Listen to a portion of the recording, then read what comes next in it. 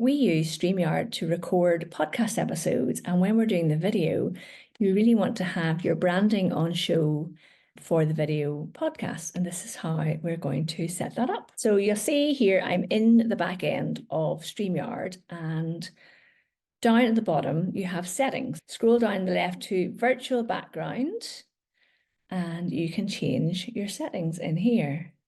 So you have a brick wall, you could have a fancy living room, you could even just blur your background, or you can have no background. So that is where you change your background for your recordings on StreamYard.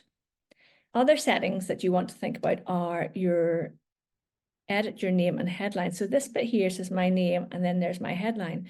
So edit, so you just go down to your little box down below, click on the three little dots, edit name and headline, and whatever you want your headline to be, and click save, and updates on the screen. You can also edit this to fit your branding. So over on the right hand side, you click on brand and you can change how this looks. There's bubble, classic, minimal, and block. And you can decide which ones you want to show. And then down here, you can also add in your logo up here, and you can upload a logo.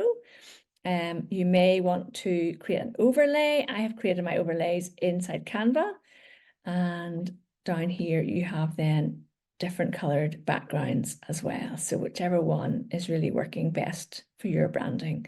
So the different things you can set up for StreamYard are your background image, which is under your settings here, under virtual background, also your name and headline, which you edit in here.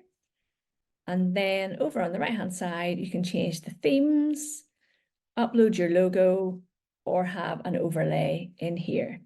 So if you have any questions about how to do any of this, please do pop them down.